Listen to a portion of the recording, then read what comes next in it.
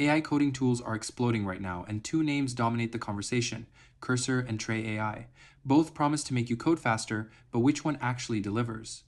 I tested both extensively, and the results might surprise you. Cursor is a VS Code fork with deep AI integration, GPT-4, Claude, Gemini, even its own optimized models. It's become a favorite among pro developers.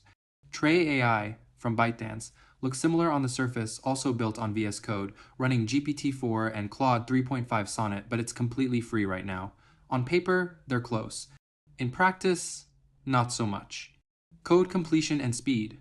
Cursor's tab completion is next level. It predicts multi-line edits, understands your project context, and feels incredibly fast after its 2025 update.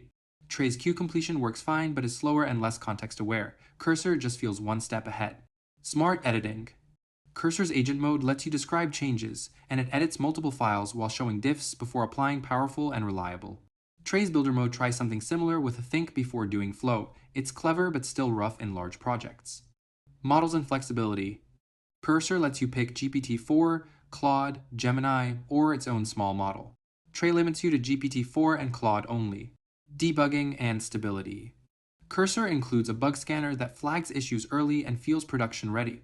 Trae still has occasional slowdowns and limited documentation. Cost.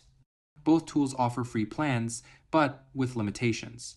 Cursor has a free tier that gives you basic AI assistance and limited requests enough to try it out, while the Pro plan costs $20 a month for full access and faster performance. Trae AI also has a free plan with capped requests and a Pro plan at $10 a month, currently discounted to $3 for the first month. So overall, Trae is more affordable, but Cursor's paid plan still offers deeper integration and more reliability. In short, Cursor wins for performance, flexibility, and reliability. It's built for serious developers who need rock-solid AI coding tools. But Trae shines for beginners and experiments. It's free, easy to try, and surprisingly capable for something still evolving. So, Cursor or Trae? Drop a comment below and tell me which one you'd use. Links are in the description. Don't forget to like and subscribe for more tech breakdowns. See you next time.